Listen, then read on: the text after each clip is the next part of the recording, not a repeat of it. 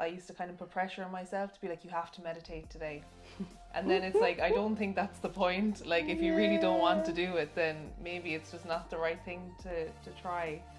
I think a lot of people have this thing where if you're not productive, you feel almost guilty for it. So I'll just make my environment really cozy, like have a shower, put on clean pajamas, fresh bed sheets, like a hot water bottle. And when it's set up that way, it's like, I don't know, I can relax into it more. It's like I'm supposed to be here right now. Welcome to P&P, the Partners in Positivity podcast, where Aisling Burnett and myself, Sarah Harty, warriors of EBP, SBP, DHBs, that's emotionally bulletproof, spiritually bulletproof, divine human beings, aim to wake up and shake up the nation through positivity, humour and shared wisdom. Before we get chatting to our wonderful guests, I'm just going to read out one or two feedback reviews. And thanks, Kieran Clare. I see there's a comment here on Facebook. Oh my God, tears are flowing. What a wonderful, humane lady. She puts me to shame. Oh, that's lovely. And then we had Jay Aria on the podcast as a guest before. And we have a comment here from Evelyn Jice Kelly. Again, thanks, Ellie. What a super speaker. Sounded like Russell Brand, who I love starting off. For his young years to realise he can be the sunshine is phenomenal. Great podcast, ladies. So thank you so much for tuning in and providing us with some feedback so we know how we're going. So today on the show, we have part 3 of a 4-part series where we are working on uncovering what it means to be emotionally bulletproof. So we have Ava Hennessy again with us on the show. We're so grateful for her being here. And we've gained so much just from hearing her perspective on what it means to be emotionally bulletproof.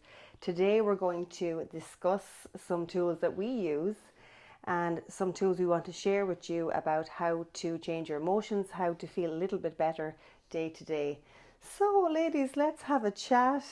Is there any one tool that you feel like you've always kept up for a long period of your life that you know makes you feel better or helps you when something goes wrong?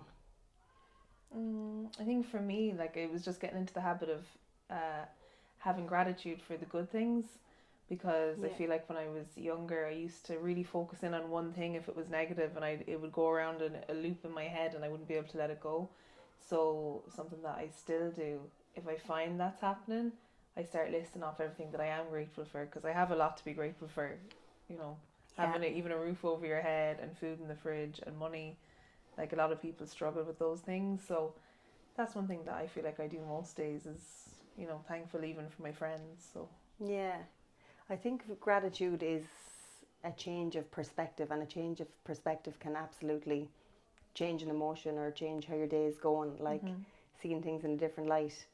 So yeah, that's something that I try to think of as well, like when a situation is not working out for me, to be grateful for what I do have rather than what I don't. Yeah. What about you, Ash? Yeah, Deepak Chopra said you can't be feeling grateful and angry at the same time. That's true. Yeah. So I think it's changed over the years. Like, sometimes you find different ways to do things, but one thing I do, if there's a certain emotion I'm feeling, and let's say it's sadness or not feeling good about myself, and I'm like, because it has been so familiar in the past, I'd say, oh my God, I'm so sick of feeling like this. How am I going to change it? And then what I do is I think, right, well, what's the opposite to that? So the opposite to sadness is happiness. And I'd say, okay, so shall I just feel happy? Like, or is it possible for me to feel happy? And then I say, yeah, I've definitely felt happy before. And I just talk myself around, like, so. That's nice. So it's positive self-talk, really. Yeah. You're working through that in your mind. People might even realise what you're doing on the outside. Yeah. That's really cool. And then sometimes I'd reaffirm it with some tapping or EFT. Yeah. Could you tell people what tapping is? Yeah, so there's a lot of videos floating around Instagram and YouTube. You might have seen like a few crazy people going like this. And they're basically tapping on the acupressure points. So as opposed to acupuncture, where you have to have a practitioner pop the needles in on all your meridians, you can actually learn how to tap on the meridians yourself and to clear the energy, and it's just really good for releasing emotions that are bothering us and then reaffirming more positive emotions. Fantastic. What I like about the type of tapping that you do is you begin it with actually self-talk, like I'm letting go of suffering or pain or grievances and things like that. I think the language that backs up your tapping is particularly good. Yeah. Like, Yeah. yeah. So we know that there's like a multitude of different types of therapy, tools, sport. And what else do you do, like, or what have you tried out in terms of helping to change your state?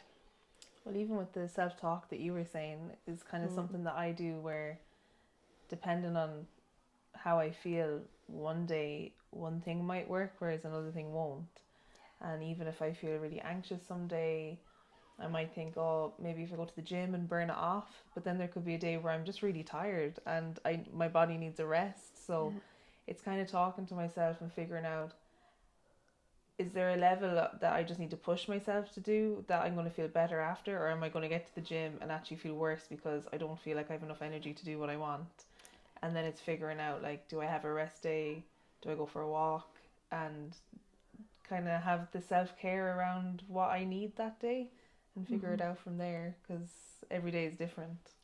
And I think sometimes we beat ourselves up as well when we don't do something we feel we're supposed to do. So if you're not feeling good and then you're forcing yourself to do something that you're not able for, you're not going to feel any better, do you know? Yeah. I know with what has happened over the last 2 years with the restrictions and the coronavirus, definitely it became very clear for me that part of my self-care is meeting up with friends and having people to meet on a daily basis, because a lot of us were working from home, but I was working from home and I could see that for myself. I do remember one of my friends coming in to visit me here one evening when I thought I was too tired to meet someone, but actually my energy was better after they left, and I wouldn't have got that source of energy elsewhere. And I knew that on that particular day, so it was kind of like shining a light on how, like, people who are positive influences in your life can raise your energy as well. You know? Yeah, definitely. So important. And then I suppose even inviting a friend over instead of going out to them sometimes is better. For me, one thing that I think I've been generally consistent with, but not every day, but it feels like, because I've still kept it up since 2014, was meditation. I know it's not for everyone, and I know there's thousands of different tools, but I seen for me before that, I didn't realise that there was a place you could go to where you could be at peace or switch off.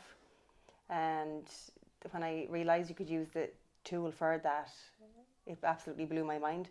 But it took me maybe an 8-week program to actually get into meditation, understand the benefits of it, and then see some benefit from it. But definitely I was one of those people who was like, had a mind that was racing and couldn't settle myself and things like that. So that opened up a place for me where I thought, right, if I'm ever having a bad day, I know I have this place to go to. So it put me at ease knowing I had that self-help tool. Yeah, definitely. And I think you were saying there it took you a while to get into it, because I enjoy meditating when I do it. And it was the same with journaling, where I would write down things that were bothering me or just to get it out of my head. But it's just one of those things that I never want to include in my daily, like, everyday life. And I'll do it the odd time, but I think you have to figure out as well what works for you, because what works for you might not work for me, and what works for me might work for either of you. But I used to kind of put pressure on myself to be like, you have to meditate today. And then it's like, I don't think that's the point. Like, if you really don't want to do it, then maybe it's just not the right thing to try. But I would do it every now and then. I feel like when I feel like I really need some kind of a release, that, you know, if I'm feeling very sad or feeling really angry and I can't let go of the anger, I found some brilliant meditations. But when it comes to like an everyday thing, it's just not something I've ever wanted to have like every day. But then I'd go to the gym most days of the week, or I'd dance, or like that, go out and meet friends, and I have therapy once a week, so I've gotten into the flow of what I like to do. And That's great. And has it been like trial and error, like trying different things? Oh, totally, yeah. Yeah, definitely. And even like that, me and my friends, we're all in therapy at the minute, which is cool because we all like talk about it. Yeah. And it's so normal, like, to go to therapy anyway. But we were saying how the wrong therapist is a waste, because it's almost like you need to have a good connection with them. Yeah. And if you don't click with them, it's not going to work. So over the years, I've tried different like counseling services, like since I was a teenager, and some were brilliant and some we just didn't gel. So like the therapist that I go to now, I've been going for over a year, and we get on so well that I actually look forward to it, because we have a chat, you know, and it's not like, it doesn't feel like an effort or something that I have to do. That's brilliant. Great. Yeah. There was something else I wanted to add there. Oh yeah, for me, once a couple of years ago I had burnout, and I took 2 weeks off work, but for the first week of it, I don't think I actually recovered at all, because I was worried about being out of work. And that situation where you're like, there's nothing physical wrong with me, but I'm tired and I need a break, and I had a bit of social anxiety and stuff like that as well, which is very strange for me as a extrovert. I remembered that time in your life, and I was even like, I've never seen you like this before, you know. I forgot we lived together then, didn't we? Yeah. So that was really strange for me, but I remember saying to myself, like, I remembered 5 or 6 things that I knew were good to help like recover and switch my state as well. But things like I did tapping, I spoke it out, I chatted to people about what was going on for me. Then I really believe in the power of nature. So 2 days out of those 2 weeks off, I went off on my own out in nature. Like I climbed a mountain in the rain on my own, and then I went to like a beach on my own as well. And at the same time, my brother recommended a podcast by Blind By, where he talked about the tools of CBT, cognitive behavioural therapy. And I just applied a bit of everything. But what standed out to me the most was really the nature. Being out in nature refreshed me so much after, because my job was intense and being at a desk, and actually just getting so far away from my environment, being out on my own, having that mental space, I noticed a huge difference then. So that's something that I always promote to people, like get out in nature, and get sitting some fresh at a air. desk 9 to 5 is not something that we were ever meant to do either. Do you know, like I was reading a book during the summer called Adult Children of Emotionally Unavailable Parents, because if you grow up in an environment that there isn't any emotional like expression, you are going to turn out a certain way as an adult, or like have certain things that you know, like triggers, or like I said, I used to just push all my feelings down, and I'd be you know, not knowing how to deal with them. So someone recommended the book and I read it, but it's really interesting because it has stories from other people in it, and like different types of emotionally unavailable people. So even if you grew up in a household where you had all the emotional support, you're still going to come across people like that in your life that might be kind of difficult to deal with. But there was one part of the book where it talked about nervous breakdowns, and how people have nervous breakdowns when they get so tired of playing their role self. So when you're going into a job that you don't really like, but you have to be happy going in, you have to you know, do and say all the right things. It's when the role self falls away that's why it happens, is that you can't keep up playing that role anymore, and some people just end up doing that to just survive or get through life, or do you know, does that make sense? That's exactly what it was. But it was so interesting, and I think like that you'd always hear, oh, they had a nervous breakdown. It's such a normal thing. You know, it's like you're just doing, you're tired, you know. That's it. It can just come down to exhaustion as well. Like, brilliant. Does anyone want to have the final word on tools, or maybe share, like, is there any one tool that really fascinates you that we could leave with the audience out of all that you've tried? I think for me it's just knowing what my body needs. Like if I'm really wrecked and I feel like, I think a lot of people have this thing where if you're not productive, you feel almost guilty for it. So sometimes sitting down for too long, I'm like, oh, I must get up and do something. So I'll just make my environment really cozy. Like have a shower, put on clean pajamas, fresh bed sheets, like a hot water bottle. And when it's set up that way, it's like, I don't know, I can relax into it more. It's like I'm supposed to be here right now. Yes. and I'll chill out for a few hours, and then I wake up the next day and I'm just ready to go again. But knowing whether I need to push myself to go out and about or just stay, because I work nights as well, which can be really draining. Yeah. That's great. So set up your environment as well if you're deciding to stay put and rest. Lovely. That's really cool. I'd say friends. Friends are the best therapists. Yeah, that's a good one. Yeah. Yeah, they really are. And then for me, books is coming to mind at this moment. I never read as a young person, really, at all. Now I'm fascinated, and it could be one paragraph in a book that could really change your day or your life. But yeah, to reach for a book as well, and that's some nice time to yourself. So yeah, there's lots of tools out there to become more emotionally bulletproof. Even Ava mentioned a book in one of the earlier series episodes of this.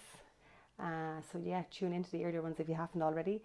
Thanks for watching us, for listening to part 3, and we will see you again next week. Thank you for tuning into another episode of our Partners in Positivity podcast. It means the world to us that you've tuned in. We hope we put a smile on your face or made you laugh.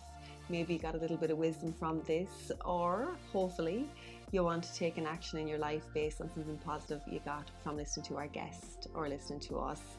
We absolutely value the work that we do, and we are going to continue to bring you more episodes week on week. If you don't know already, we do have a Ko-fi donation page, and it is ko-fi.com/partners in positivity, ko-fi.com. Feel free to donate, and we are so grateful for anyone that has donated so far. Thanks, Sarah. And thanks to each and every one of you who tune in on audio and on YouTube to listen to us, to share all your good energy with us. And thanks for everything that you've done, whether it's a like on Instagram, sharing the podcast, nice comment, a review, coming and meeting us in person on our P&P hikes. We just love it all, and we are so grateful, and we cherish and adore each and every one of you. Thanks so much.